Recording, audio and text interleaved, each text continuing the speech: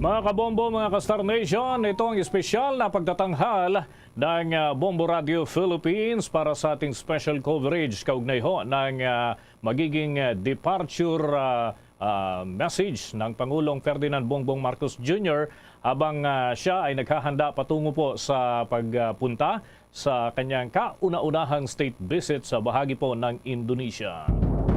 Ito ang Bombo Radio Philippines special coverage. At mula sa Bombo News Center, Makati, ako si Bombo Dennis Hamito. Samahan niyo po kami sa kabuuan ng ating pagtutok dito sa mga kaganapan kaugnay ho sa biyahe ng Pangulong Bongbong Marcos Jr.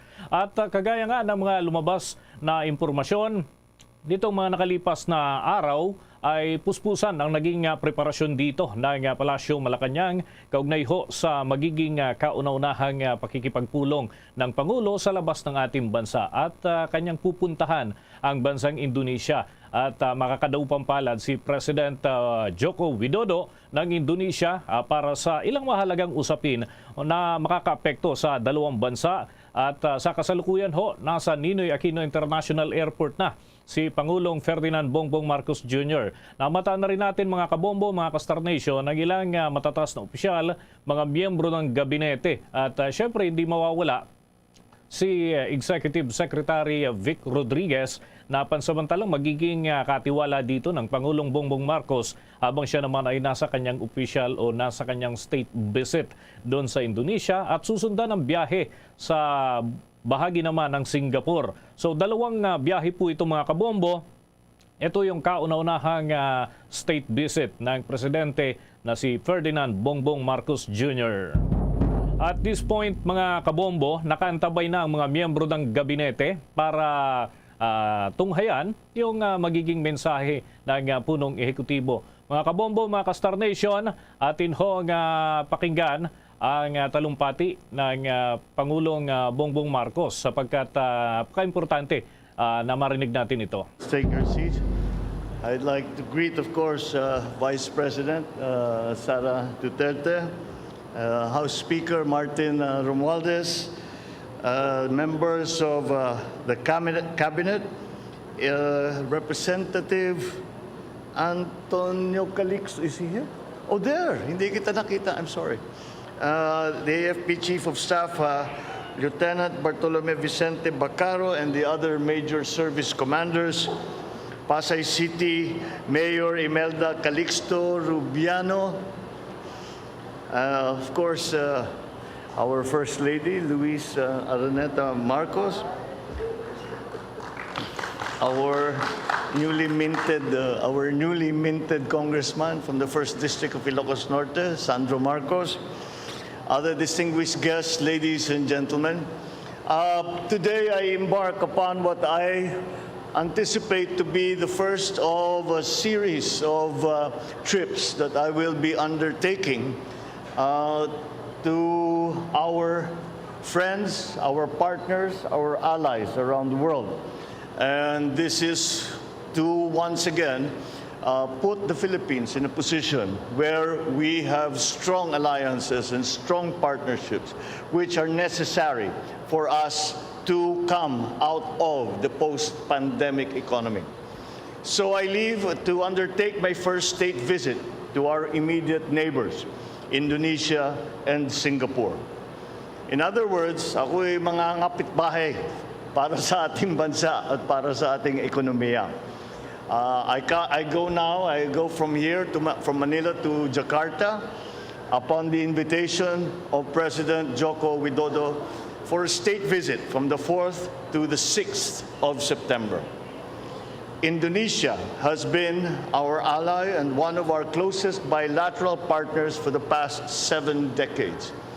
And beyond that, the cultural ties and the geographical affinities that we enjoy have always been part of our relationship with Indonesia.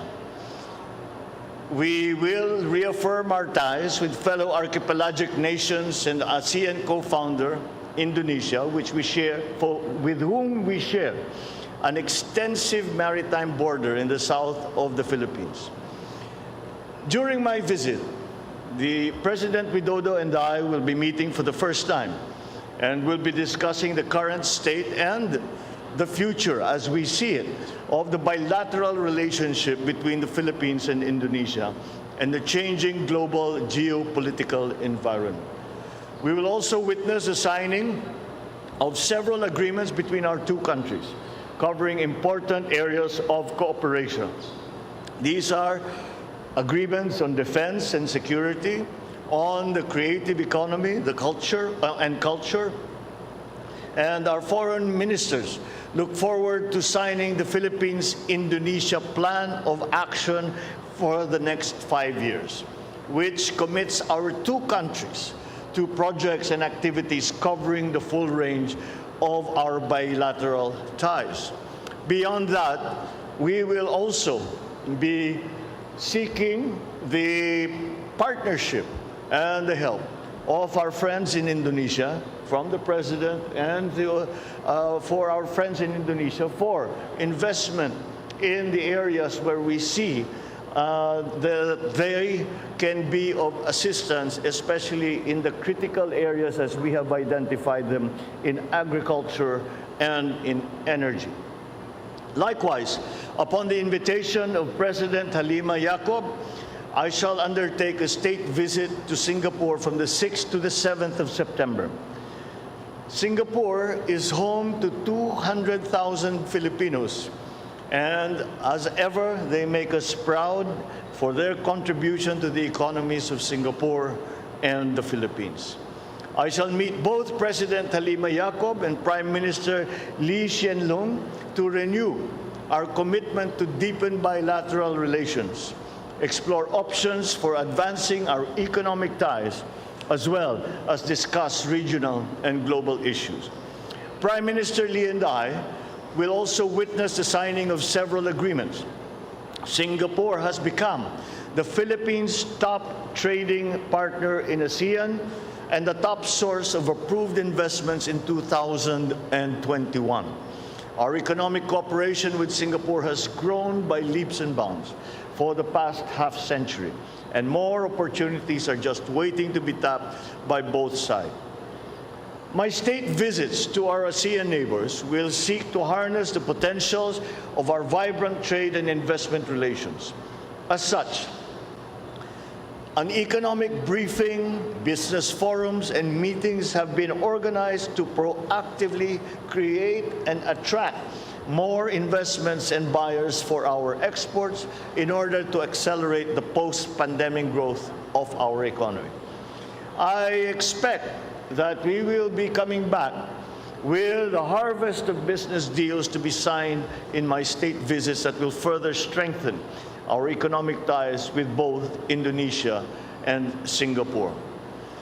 These are all these initiatives that we will undertake on these state visits are very much in line with all of the priority areas that we have identified: the agricultural sector, the guarantee of food supply, the guarantee of prices, food prices that are affordable to ordinary Filipinos, the long-term plans that we have for energy, the long-term plans that we have for our emergence into the new global economy. We have a full set of meetings and much work to accomplish during this trip, but it will not be complete without meeting our kababayans in Indonesia and Singapore. And I look forward to sharing with them our commitment and plans for enhancing the government's efforts to protect the rights and ensure the welfare of our overseas Filipinos. And I convey my appreciation for their support and valuable contributions to our country. And beyond that, we must thank Singapore and Indonesia for the way that they have welcomed and allowed to assimilate our Filipino nationals into their society, into their economy, and into their daily lives. We are always so proud of them, and we are glad to see that our neighbors, where our Filipino nationals work and strive, also appreciate them for what they do. Maraming salamat po. Magandang umaga po sa inyo lahat. Yan mga kabombo, mga ka-Star Nation, ang talumpati ni Pangulong Ferdinand Bongbong Marcos Jr. ang kanyang departure message. Pero ano nga ba talaga ang aasahan dito sa pagbisita ng Pangulong Bongbong Marcos doon sa Indonesia, maging sa Singapore? Yan naman ay mga susunod na araw. At may mga aasahan bang pakinabang dito sa mga lakad po na ito? Initially, may mga binabanggit na siya. Pero alamin pa natin ang mas malalim na bahagi ng ating pagkikipagkaibigan sa Indonesia at maging sa Singapore. Narito ang special report ni Bombo Marlene Pajernos. With respect to our place in the community of nations, the Philippines shall continue to be a friend to all, an enemy to none. The Philippines has always been open and welcoming to all our foreign friends and visitors. That is our worldview. That is our culture. We will be a good neighbor, always looking for ways to collaborate and cooperate with the end goal of mutually beneficial outcomes. If we agree, we will cooperate and we will work together. And if we differ, let us talk some more until we develop a consensus. After all, that is the Filipino way.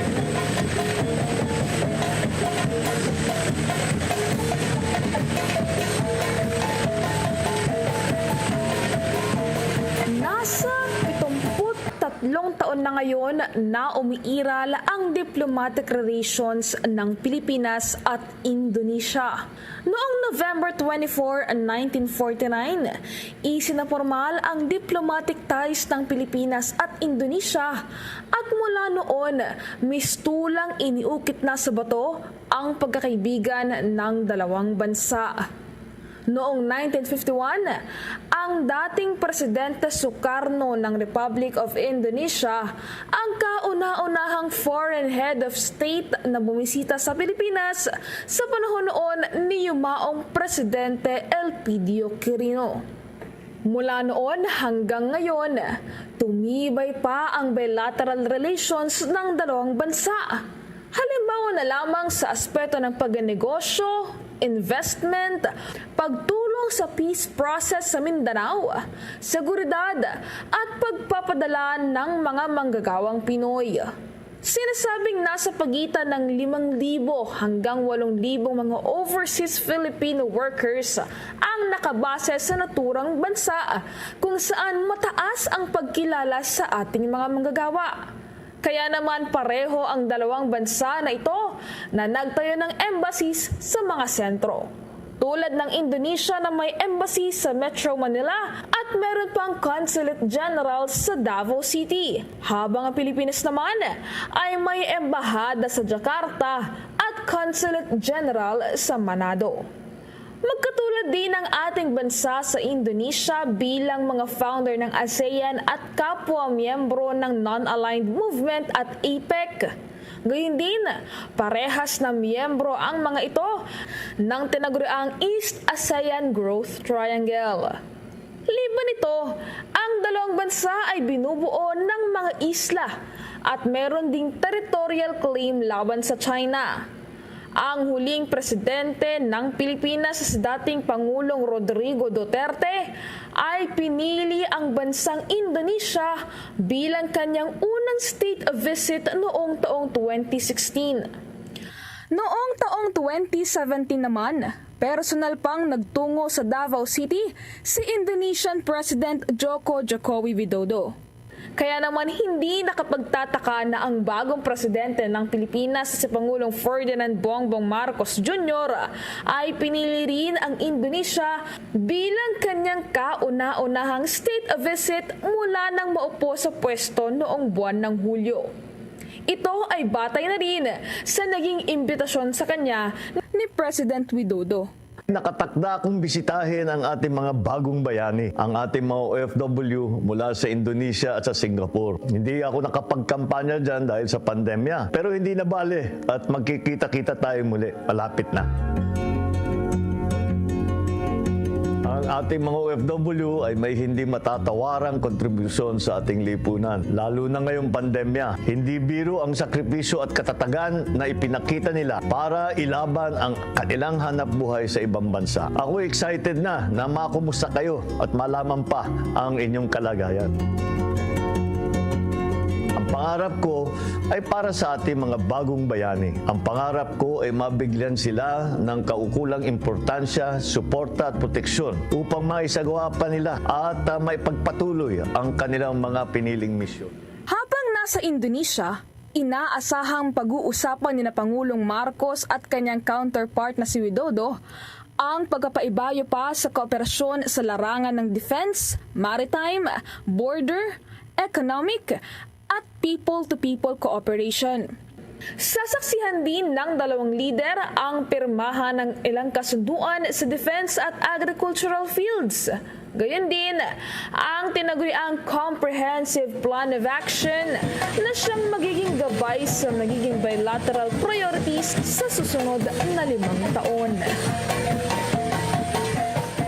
Para sa Bombo Network News, ako po si Bombo Marlene Padiernos, nag-uulat para sa Pambansang Radyo ng Pilipinas, Basta Radio, Bombo! At yan mga kabombo, ang ating patikim pa lamang dito ho sa mahaba-haba pa na pagtutok natin sa mga kaganapan kaugnay ng kauna-unahang state visit ni Pangulong Ferdinand Bongbong Marcos Jr. Ang tabayanan mamaya sa mga karagdagan pa nating mga bahagi ng special coverage ng Bombo Radio Philippines dito sa biyahe ng Pangulo. Mamaya ho yan pagka siya naman ay nando na sa bahagi ng Indonesia at may mga update pa tayo sa pamamagitan ng ating mga himpilan ng Bombo Radio Philippines. Mula sa Bombo News Center, Makati, ako si Bombo Dennis Hamito para sa Pambansang Radio ng Pilipinas, Basta Radio, Bombo!